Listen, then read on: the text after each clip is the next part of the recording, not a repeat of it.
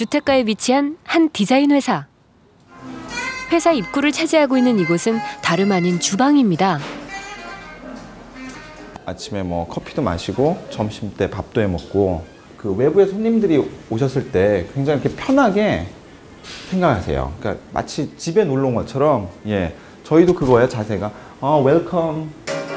사무 공간은 주방을 지나 1층과 2층에 나뉘어 배치돼 있습니다. 직원들 간의 소통이 가능한 환경을 만들기 위해 특별히 신경을 많이 썼다고 합니다.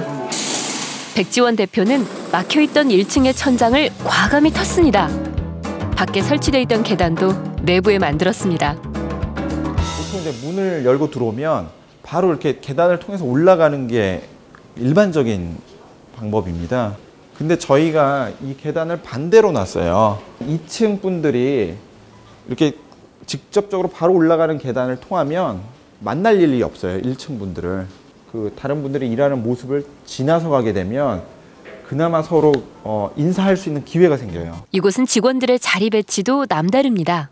여기 2층 본부의 가장 본부장님이시고요. 크리에이티브 디렉터. 이 자리가 제일 안 좋은 자리예요. 보시면 알겠지만 어떤 면에서요? 프라이버시가 없어요, 일단. 컴퓨터 다 공유. 모니터가 공유돼요, 그냥.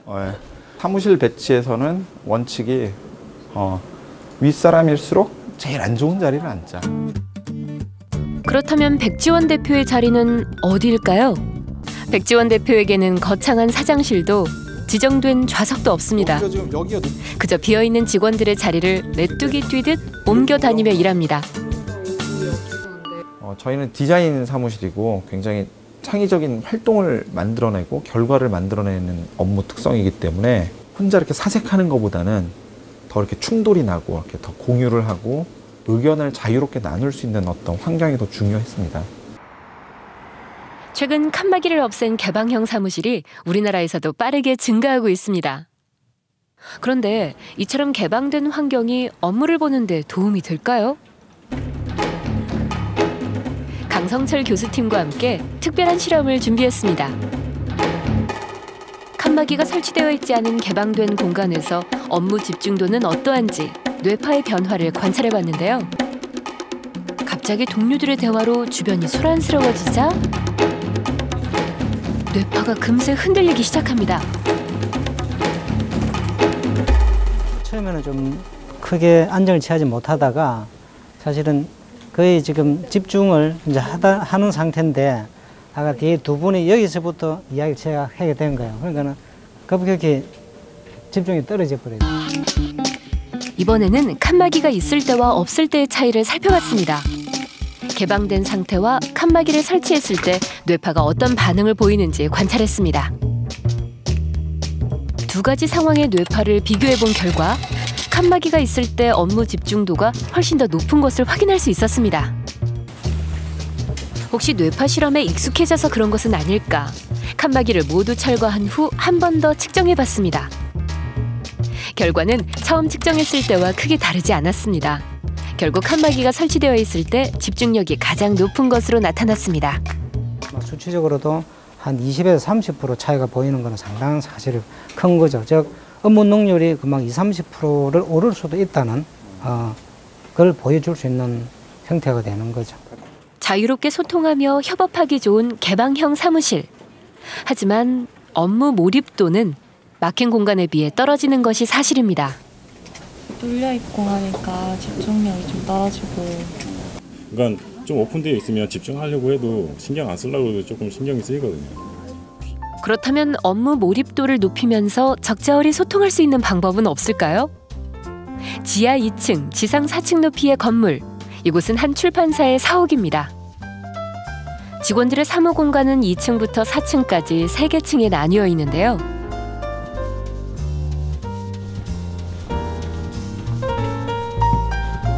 그런데 문이 없어 쑥 들어간 여기가 바로 사장실입니다. 오늘 하루? 알았어. 저희 회사 전체가 문이 없어요.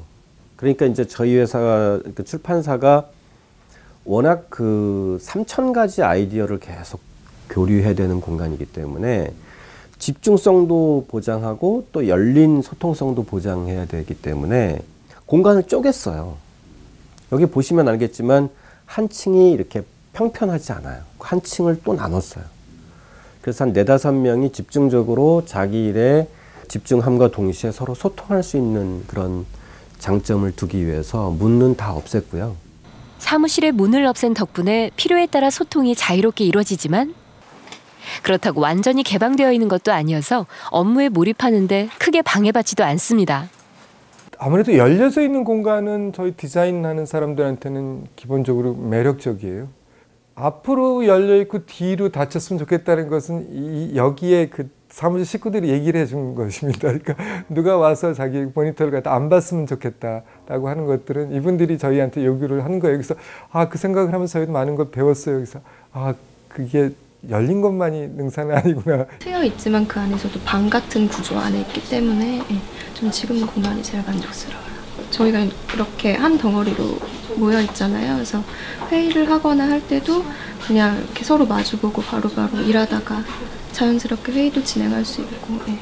책장이 파티션 역할을 하는 거니까요. 그리고 여기가 이렇게 칸막이처럼 돼 있는 건 아니고 이 책장으로 공간 구획들이 돼 있어서 바퀴가 달려 있거든요. 뭐 이것도 저쪽으로 붙였기도 하고 뭐 이쪽으로 붙이기도 하고 어쨌든 그렇게 답답하다는 생각은 들지 않아요.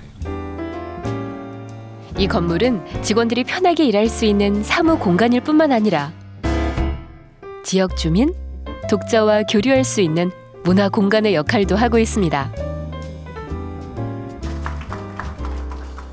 뭐 어렸을 때 책을 한 권 사도 비 오는 날 교보문고에서 이렇게 적지, 제가 무슨 뭐 황석영의 객지를 사다 이렇게 안 쓰거든요.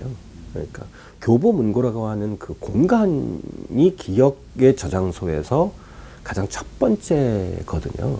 그러니까 자기 과거사를 기억하는 것도 그렇고 현재를 만들어내는 것도 공간만큼 중요한 것이 없거든요. 우리는 아직은 나의 개성이 충분히 드러나는, 내 삶을 온전히 담아내는 그릇으로서의 건축, 또 집, 공간, 일터를 만드는 일들에 애쓰지 않아 왔거든요. 그러다 보니 굉장히 획일화된 공간 내에 사람들이 끼워 맞춰지고 거기에 적응하며 살아온 것이 현실입니다. 우리 사회의 특징들을 좀 우리가 서로 이해한 다음에 그것을 잘 담아낼 수 있는 건축물을 만드는 일, 그게 앞으로 우리가 신경 써야 될 제일 중요한 질문입니다. 공간은 어디에 어떻게 존재하느냐에 따라 우리의 삶을 훨씬 더 풍요롭고 행복하게 만들 수 있습니다.